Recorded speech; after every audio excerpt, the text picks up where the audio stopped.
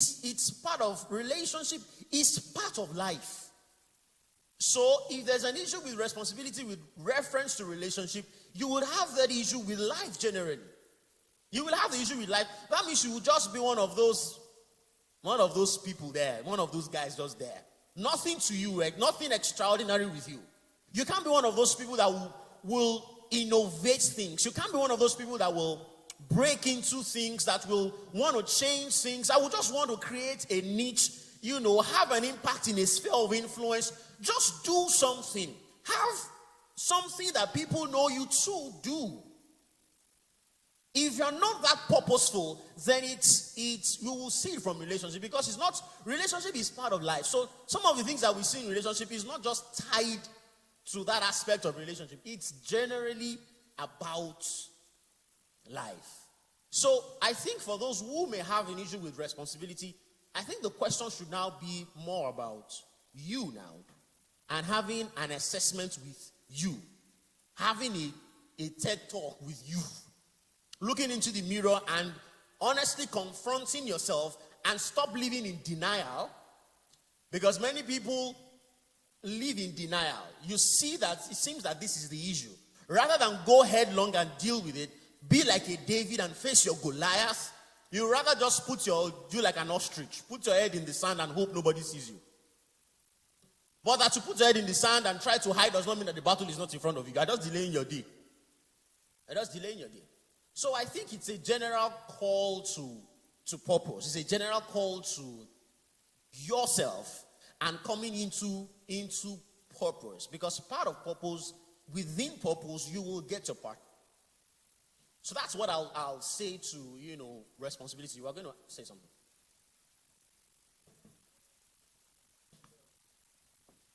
Okay. Ready for it. So it's like walking into a gym and you go straight to carry 90 kg instead of start. So when you enter a gym for the first time, you don't go straight to 90 kg or 200 kg. You look at 30 kg. Okay, this is what I can carry. Mm-hmm. So when you have finished carrying 30, you move to 40. So sometimes it's not a matter of being afraid of the responsibilities, feeling like I'm not ready for it yet. Okay, so which will lead to another question, which is when are you ready? So the gym answer I gave. Yeah. As you keep carrying, you see that okay, this 30 is getting light. Let me move to 50. This 50 is getting light. That parallel you are drawing. That table that you are going. It's not changing women. No, it's not the women that is 30 and 40. It's not the women you are changing. Let's be very clear. It's not the women you are changing. It's the level of responsibility. Okay, you got a job. That's one responsibility. Okay, a job, and maybe my younger sister come and stay with me. That's another responsibility. Okay, she's staying with me, and pick on something else again. Maybe something in church. That's another responsibility. So you keep building up to the point where you feel like, okay, now I'm ready to take on this kind of responsibility. So it's not changing women that is the 30 kg and 40 kg. I mean the weight of responsibility you're handling per time. So it's not as if you are afraid of responsibility. You just feel like you need more time to build capacity to handle what relationship would bring. Okay. No, he's speaking generally. He's not necessarily speaking for himself. He's speaking generally now. And I kind of see where it's coming from. I see sense in what he's saying. I see merit in what he's saying, in that it's not a general fear of responsibility. It's the sense that people feel, I'm not ready for this thing just yet. But the funny thing again is that if you say you're not ready for it, the question that begs will be, when are you ready for it? I hear you when you say that, pick on responsibility, because responsibility is not something that you just go to the street and say, oh yeah, responsibility. Oh yeah, let's pick this up. Let me try. Yeah, let's pick this. Responsibility meets you is a journey. It's a journey. Things happen as you move. And part of the things that should happen as you move is other matters, relationship included.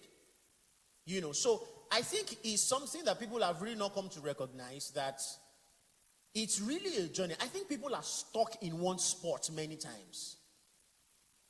In the journey of life generally. And so because they are stuck at that particular level, they find it difficult to now bring someone. I'll give a very valid example. I have a friend who finished school together, and I think by the time I got married, he wasn't in a relationship. He's not even in a relationship till now. But at some point, that was way before I got married, I asked him that, bro, what's up? Why? And not as those ladies are not around, and you seem to be this very friendly type that everybody is your friend. I won't go into that just yet. But then I was asking what's up, and he said something that honestly made sense and just kept me quiet. Because I knew his background, he was the only one working, has 3 siblings, 1 elder one, 2 younger ones.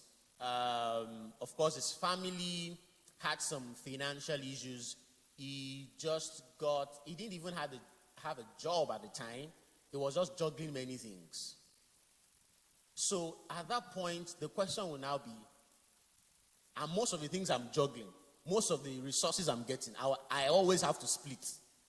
Give Popsy and Momsy this one, you're even contributing for your younger brother's school fees. How many people understand what I'm saying? You have a lot of things that are on you, and you just think, having a lady come in is not what I need right now. Right? But then again, so you wait till everything settles,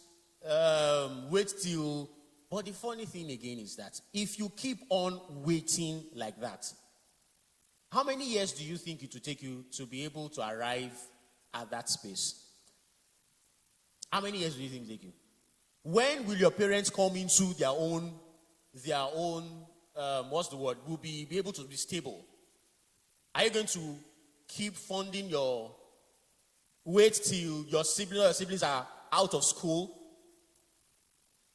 You see what I'm saying? That if we all wait at that level, if everybody keeps on waiting, there will be many unmarried people today. There will be many unmarried people today. And I think one of the things that is lacking is a general principle of life. And how also many people in the Christian faith don't really know how to really use the principles that are being taught in church, in whatever, and actually use those principles in life. There seems to be a disconnect between what we are hearing and how we make a practice of what we are hearing. Because I understand there may be a lot of things, but there's a place of planning, there's a place of faith. There's a place of planning, there's a place of faith. And there's also a place of ladies, and I think this also, and we are going to speak to the ladies at this point, how that many ladies are not, and correct me if I'm wrong, are not also willing to work with people that haven't necessarily come into, do you understand? They want the ready-made person. Okay, you want someone to come and woo you with a Benz and with a this. You have your list. You have the things that, so as you're coming, how many people know that I'm correct? For a couple of ladies. I'm not saying general. I'm saying there are people who are in that space. And except you want to lie and try to just Christianize things and oh no, I'm not the one. The truth of the matter is, if someone comes to you now, for instance, who is not ready made, who doesn't have a car just yet and is just doing stuff and all that, would you be able to work with the person?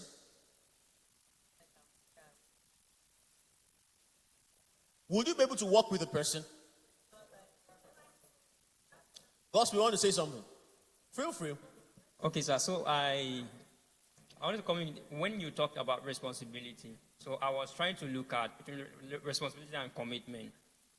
And I just want to ask, are they the same thing? Before I proceed, do you see responsibility and commitment as the same thing? In a sense. In a sense, yes. Okay, so everybody's responsible one way, one way or the other. Talking about relationship now. Or before we come to relationship, every person is responsible in one way or the other. Yeah. So if you have grown up to a level of taking responsibility and you still do not take responsibility, especially let's take family for instance now, and you don't take responsibility and things go wrong, you are still responsible for the reason why things go wrong. So whether negative or positive, you are responsible for something.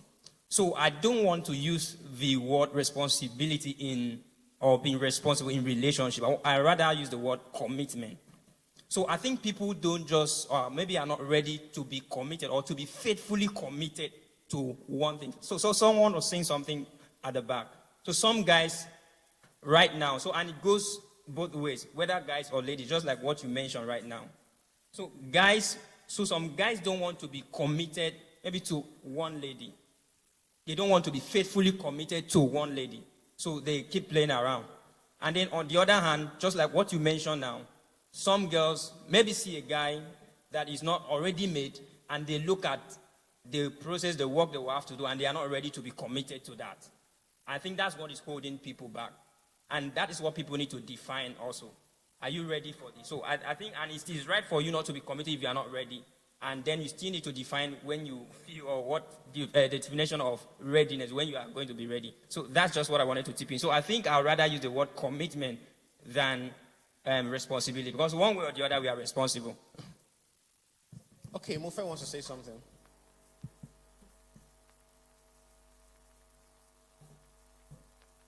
Yeah.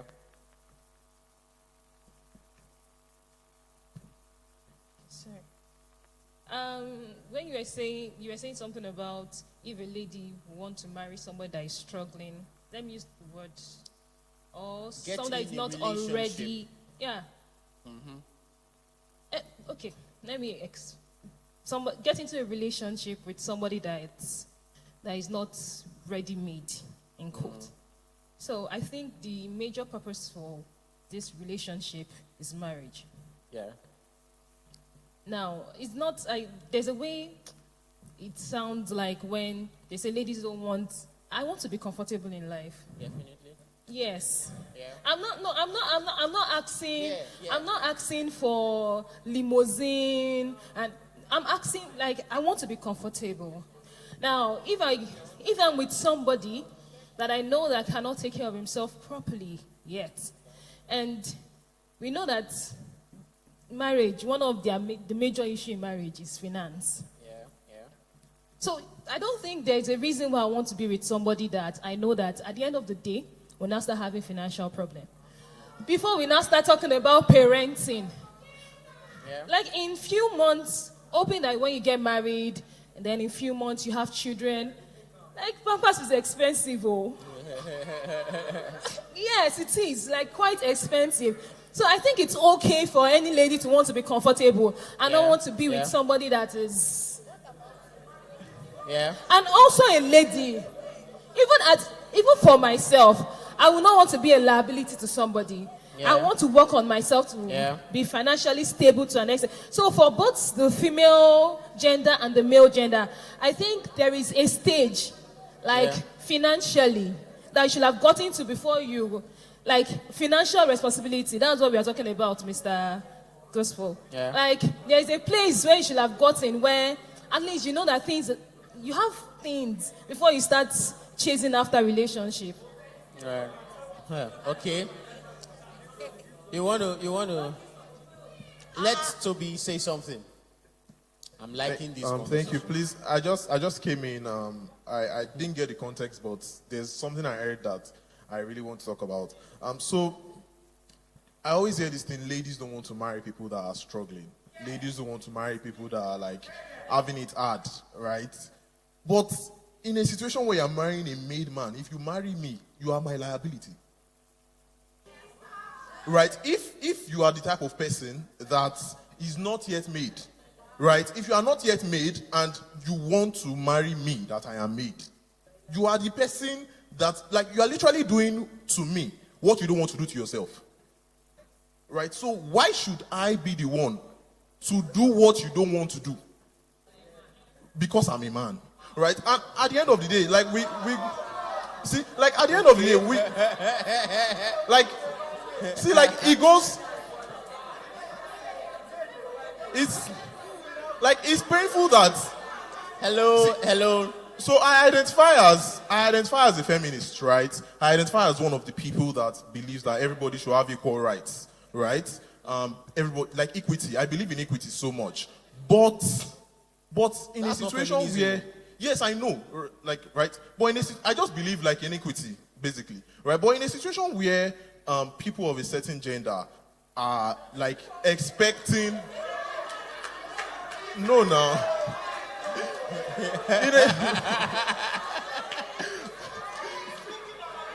Chill now. But in a situation where, Hello. Please, can we allow him talk? Hello. So, Toby, please go ahead. Let's allow him feel. so in a situation where people of a certain gender have certain demands or requirements for people from the other gender, it's What's the other gender? the male gender. When females expect that a man must be this, he must be that, he must be this, he must be worth 10 million naira or dollars before I can marry him. But you yourself, you are not worth $100,000. Like, it's not fair, right? And I believe that the entire aim of marriage, like, I think, in my opinion, right, when two people, like the Bible says, like, two will chase 10,000. So I think it's a situation of the two people coming together to create something great. So it's, for me, it's more about, does this person have the commitment or the zeal or the drive to become something great? And me, myself, I'm talking as a female now, am I looking to be somebody great as well? Right? If I'm looking to do that, I think even if the guy is not yet the way he's, like, the picture that you really want today, in the next 1 year, 2 years, like, you don't know what can happen. Right? So please, let's be fair to each other. All right. Oyin wants to say something. I'm loving this conversation. Okay. Praise God. Abigail, you want to say something? Like, you have been chit-chatting all the while. Okay, I stand up. So for me, I think while men are scared of the commitment, like, I buy into his we ladies, like, my money is my money, his money is his. But the money together is a family economy. It's not just for his money, it's for us. Like, it's together. We can use our resources to do more than when I'm single. What I can do with my own money alone. Yeah. And the joy of marriage is that you're even sharing rent. Imagine paying rent separately. Like, you are paying rent 500, means I'm paying rent. But when we come together, we've saved that cost of 500K. So we are coming together as a partner. You are talking like an accountant that you are. So that, I think if men see that collaboration from we ladies, that I'm willing to put maybe 50% of my funds, of my salary to down. I'm not just depending on your money alone, because now you can't even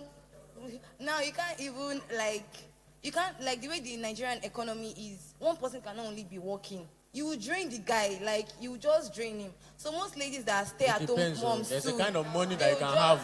Like, there's a kind of money you can have. yes, I'm just saying. Just say, yes, yeah, yes, I understand yes. you. I understand Yes, you. thank All you. right, you want to say something? Okay, before. I feel like if we're talking about the term, like a struggling guy or a struggling lady, because it goes both ways, there are like two kinds. You meet a person that is struggling and the person has prospects, like clearly has prospects. You know that this person is going somewhere. If you hear their dreams and everything. But there are some people, you are struggling and it's like you are happy with the struggle. Like, you are just there. It goes both ways. So you know that, okay, if you know that this guy or this lady has prospects, and you're willing to stay with the person, work with the person, you guys are going somewhere. But the other kind of people, even what you have, they will help you to drain. They will drain themselves, drain you too. So I think we should differentiate. All right. Okay, Jess. Yeah, so in line with what both of them were saying, we're talking about the people that the ladies that, want to be, have the slay queen, for lack of a better word to use, mentality. So what of the, because I know a lot of girls that are actually willing to support, they believe in your dream, they'll push, and still, they are still served. So what about those ladies that breakfast? No, they are served ring. That's what they are served. So like there's some people that they have fulfilled all of those qualities. They are not liabilities. They are willing to work. They are willing to pitch in. They want to split, but still they experience all those things. So what do you have to say to them? Okay, Josh. I wish we had another mic though. So the thing is, you can be doing all the right things in the wrong place. You are doing everything right, but that person is not for you. So it's sometimes not a matter of what you did or what you didn't do. It's a matter of where you are. You are not where you are supposed to be. That's my question. My answer to your question. I feel you there. I feel you there.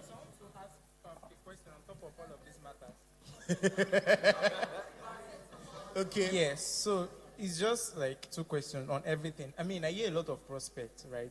People say you should have prospects. What is prospect?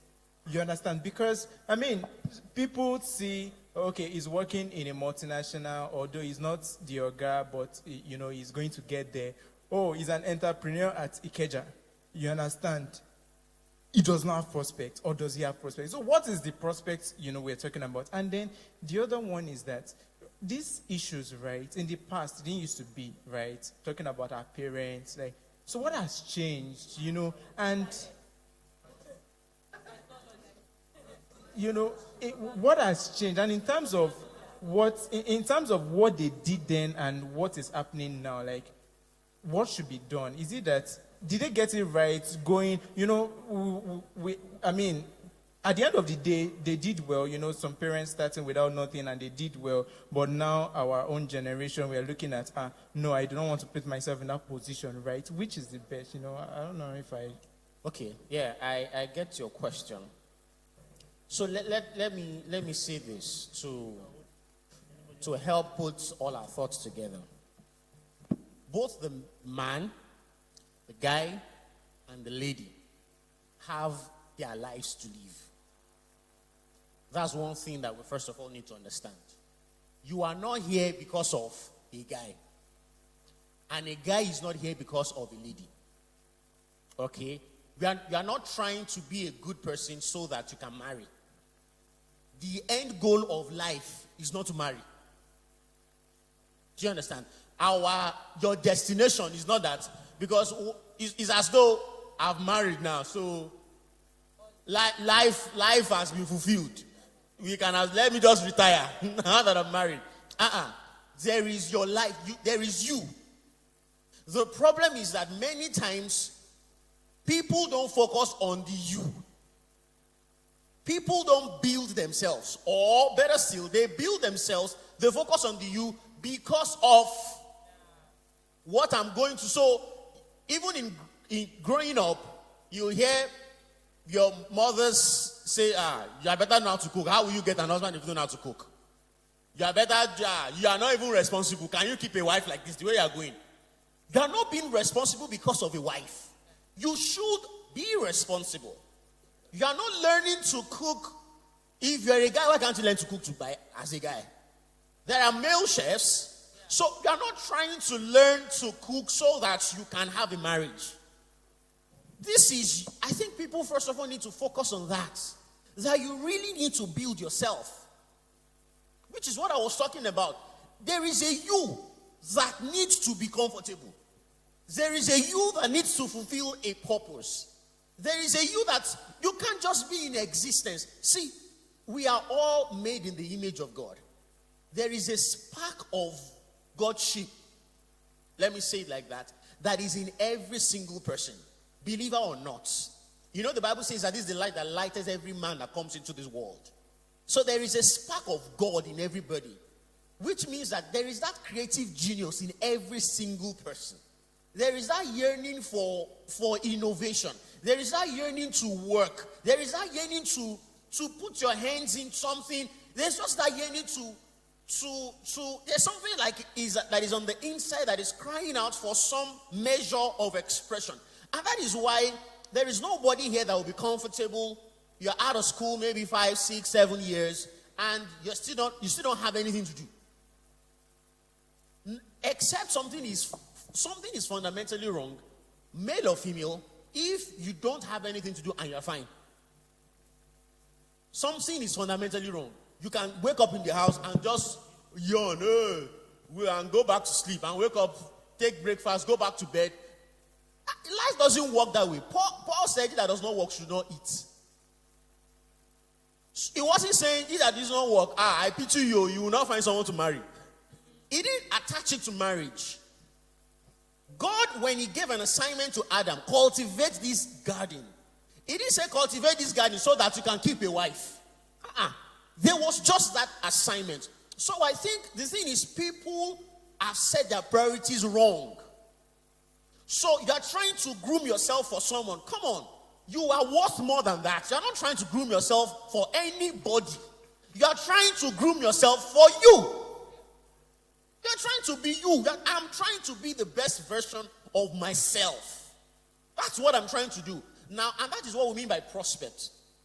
Prospect, naturally speaking, English prospect is your view, your landscape, your panoramic view. You know, that's prospect, English language.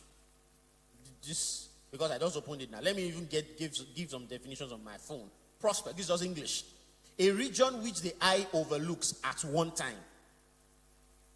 A view, a scene, an outlook.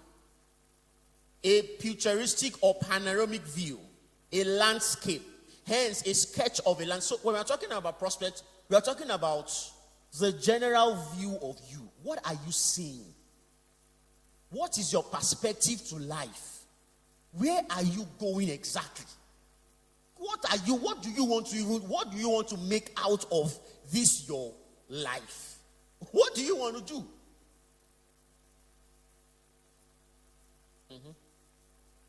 Yeah. Time's up. Agent, be requesting me now. Feel free. You understand? Because now, this definition, your view, right? Yeah. Now, physically, right? I mean, looking at scripture, I just want to ask. I want Please, to know. feel free, You understand? feel So, looking at scriptures, I mean, when Abraham and Lot, when they were to depart, part ways, Yeah. and Abraham told Lot, "Okay, pick whichever one." And Lot picked that place that was green, and Abraham picked the other side. Yeah. In terms of prospect, it was Lot. Yeah. Right. So in terms of prospects that we are talking about, prospect, right? Can you see it physically, or it should be something that God would show you? Because the prospects we have been seeing people talking about is economic. Right. Is it? I understand what you are saying. But maybe for the essence of this discourse, we should give a definition to what I mean by prospect. By prospect, I mean what you are doing now that shows us a sign that you are heading in a good direction. Okay? Whatever it is that you want to do, what are you doing now? It's like you are bringing a business proposal, for instance. Let's just go natural. I use it as an example. You want some investors to cash in on something that you're doing, and you bring a business proposal. You sell it to them. You say a lot of things. You give several things that the business proposal should include and all that. And you talk about the business, what it can do, talk about statistics.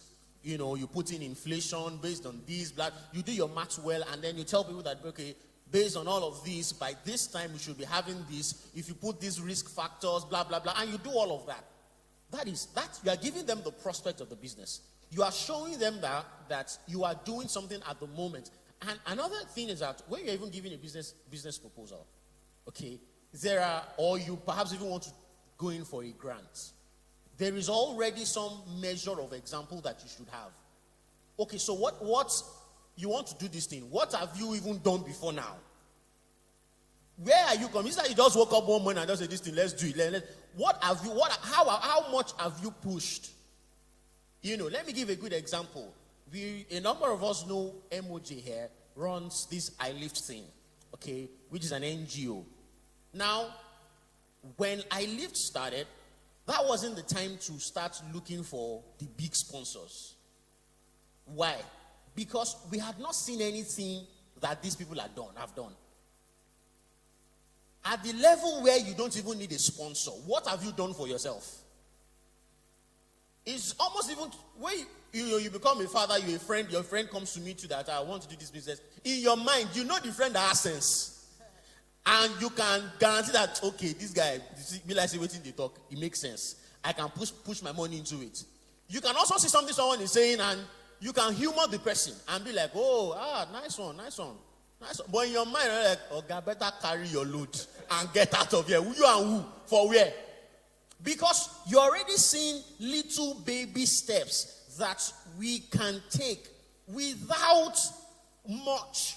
Yes, you don't have much, I agree. But what are you doing? With the nothing that you have, what are you doing? What are you writing? What skill are you training on?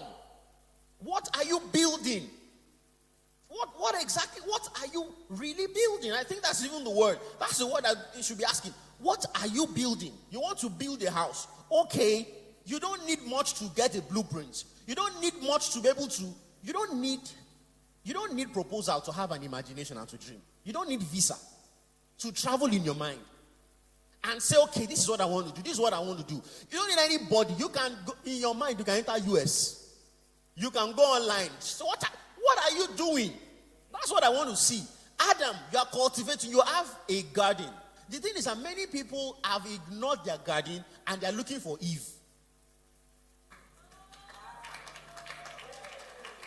So that's the issue. They've just ignored everything and here you are. Eve will come. Face your work first. Eve did not even come until Adam was. It was God that said it's not good that this man is alone. So I understand the extremes. There's an extreme where there are ladies who want people who are already making the $500,000 who can buy you this at a stretch, go to shopping mall and just spend the $100K at a go and just do all of that. There's a problem with both the spender and the spendee. Both the guy and the lady, they have an issue. Because one is a liability and one is stupid enough to sponsor the liability. I don't want the liability in my house. I want someone that can even think. Nobody is moved by someone that doesn't think. But you don't impress anybody. I can't even bring any situation home. I can't even have an intelligent discourse with you. I'd rather just call my guys. I have a problem. Oh boy, why don't you speak with your babe?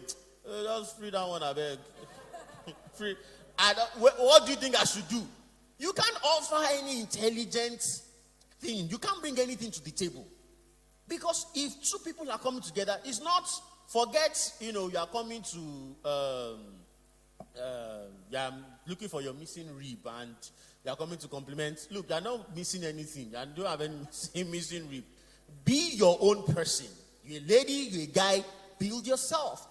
Be the best version of you. In your journey to being the best version of you, that is already you being committed to something. That is already you being committed. You are committed to you. I'm too busy being the best version of me that sometimes it skips my mind that I'm not in a relationship. Do you understand? Because there are some people that you wake up today, the first thing in your mind that, husband. You are already the husband. Any 1 hour cannot pass in the day. Hey, my guy. Someone even chats you up. Just a normal friendship. Say, maybe it's the one. This guy. Someone cannot even you cannot keep any friend. Anybody that near you like this. Now husband. You already. Can't you just be the best version of you and just move on? You see, because when that happens, you are a whole person to marry. You're a wholesome person to marry.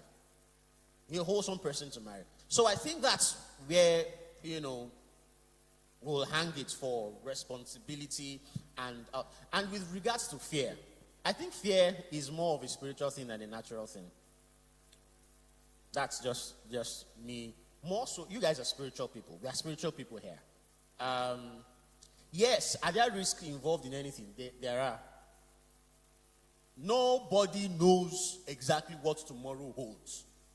Nobody. But this is it. This is it. We have the Word of God. I don't want us to disconnect really what, like I said earlier on, what we hear many times. I think there are things people do. They just disconnect. Yeah, you hear the word, but in your mind, that's your spiritual life. God is good. Oh, yes, I get. So in your mind, there is church mind. there is the normal mind. So if you want to use your church mind, use your church mind, give me quotation, that kind of thing. But let's learn to merge everything. The reason why we are believers is not just to be called church. It's so that our life can actually reflect that. We can actually use our faith. There's something called faith, and it is usable. It's an intangible material substance. But that it is intangible does not mean it is not potent. Why we look not at the things which can be seen, but at the things which can't be seen? For the things which can be seen are temporal, things you cannot see are eternal. Can you learn to use the intangibles that you have to create the tangibles that you want to see? Can we do that? Can you trust God sufficiently enough that if He has brought you this far? Some folks came to see me in the house last week. I just had some time to just chit chat, and I was just hearing some mind-boggling testimonies from me. I'm like, you see people now, everybody dressed off, and you don't know where people are coming from. As pastor, I have privilege to know certain history about 1, 2, 3, 4, 5 people. And I can tell you that not everybody has had it easy. If you're waiting for the bed of roses, you will wait and grow gray hair. Because if you know where some people are coming from, and you know where they are right now, you'll be like, oh boy, I get hope. And that's the honest truth. You will just tell yourself that, I thought I was doing bad. Man, I try. And if I need to give myself a hug, I need to pat myself on the back. I'm doing well. Because people have come from worse situations. Wherever you are at, people have been where you are at and have made a good thing out of their life. People are currently where you're at. I think one of the things one of the lies the devil tells many people, and it works a lot, is to make you feel like you're the only one going through what you're going through. You can almost just look like, man, is it just me? Why me? What was even going on? But the truth is that all you need to do is to sit with 2, 3 people, and you know that, oh boy, it's not me. It's not just me. This person too is going through the same. So I think that should give you hope that, number one, you have God. There is something called the God factor in your life. And I think we ought to rely on that much more than we do our understanding. These scriptures they're not bedtime stories that we read. They are to actually help. You see, because our life now and our parents' lives, they are completely different. I was chatting with someone that right now, our earnings vis-a-vis our parents is almost like 5 times, actually. Some of you are making the salary that your parents were making when they retired. But guess what? The things they needed to do and what we need to do is 10 times. What we need to buy is 10 times the price. What they needed to use to build a house at the time, the inflation at that time, they could use that salary to manage. Because if you think about it, how much are your parents earning? They sent you to school. They bought car. Some of them build houses. Okay? And how much are you earning? You are not earning 1 million, I beg. But it just seemed as though that your money was able to do. What happened? Is it that what the money was multiplying, or what exactly it is? The uniform that they bought at the time for you to go to school and the uniform people are buying now to go to school are not the same price. What they were paying for your school fees, I remember how I used to take 20 naira to school as break money. I mean, 20 naira will buy you yogurt, will buy you buns, will buy you as in 20 naira was money. I don't even think that is that 20 naira currency at all. I don't even think that is that currency there, because it's been a long time I even actually saw that currency. So right now, it seems as though we are earning more, but there is a whole lot more. You have to pay rent now. You're in Lagos, you have to pay rent of 500k. Who was 500k? Who was paying rent of 500k? So I'm trying to say that now that we've come and we are in this, we are where we are now in this world now. Look, the truth is, you will have to depend. I sometimes tell people that are not believers, trust me, I really don't know how they are coping in this world. I don't know. I don't know how you can cope without, because there is always a weak spot in every unbeliever. There is the fear of tomorrow. See, there is fear generally. Even as believers, many people are still going around with that fear. There is the general fear of what tomorrow holds. You are not the only one. Everybody has it. There is a general fear. But the thing about it is this. You have someone who is called faithful, who has given you his word that your times are in my hands. If you would give me your best, I will give you my best. The reason also many times that we are not seeing the best of God is because we are not giving him our best. We are not giving him our best. So I just want to encourage us with regards to the future, with the fear of what tomorrow holds. Look, he that holds tomorrow dwells within you. And we are not trying to psych your emotions when you are preaching in church. We are not trying to make you feel good or massage your emotions so that you feel motivated. No, we are telling you that, see, there is a reality that we can actually work with. That will literally take you from where you are to where you ought to be.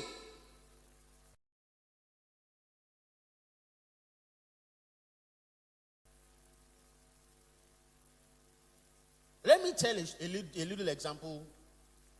I'm not 40 yet. I'm not even up to 2 years in marriage. I'm just about clocking 2 years. I remember vividly, before I got married, I was just laughing with someone that, do you know that, and this was a couple of months before I got married, that I don't have a spoon to my name. Now, I'm not trying to tell my story as what everybody should follow. I'm just trying to give a story of how you actually can trust God on situations. Okay, because not everybody's going my own pathway. So you will have to adapt it to your own context. The lesson I'm trying to pull out is that there's such a thing called faith, which you can use. When I was going to get married, honestly, I didn't have so many things. That's just the truth. I didn't have so many things. I didn't. What did I have? Before God and you, what I had was a strong assertion of where I was headed. I knew where I was going. And I still know it because I'm not there yet. And I know that, look, it's not about marrying you. Because me, I don't want to suffer. Because some people, they want to, it's like, I don't want to marry someone that is suffering. Even me, the owner of the life, I don't want to suffer either. So it's not about you. I know where I'm headed. I know what I'm doing. I know how I'm practicing the word. I know what I'm giving my time to. I know how I am honing my skills. You see, because you can just look at, oh, he's a pastor. Oh, if you're a pastor, you'll be blessed. Nah, lie. There are broke pastors. There are broke pastors. For the sake of speaking professionally, ministry in itself is a career. There are things that you can do that will help you in your ministry. There are things that you can do that will just help you generally where ministry is concerned. There is honing your skills where ministry is concerned. For instance, I preach a good sermon. Someone gets blessed in the congregation, gets a testimony in the congregation. I'm just giving a very, very blank example now. Someone gets blessed in the congregation, gets a raise, gets something, and someone just comes to say that, oh, you did this, you did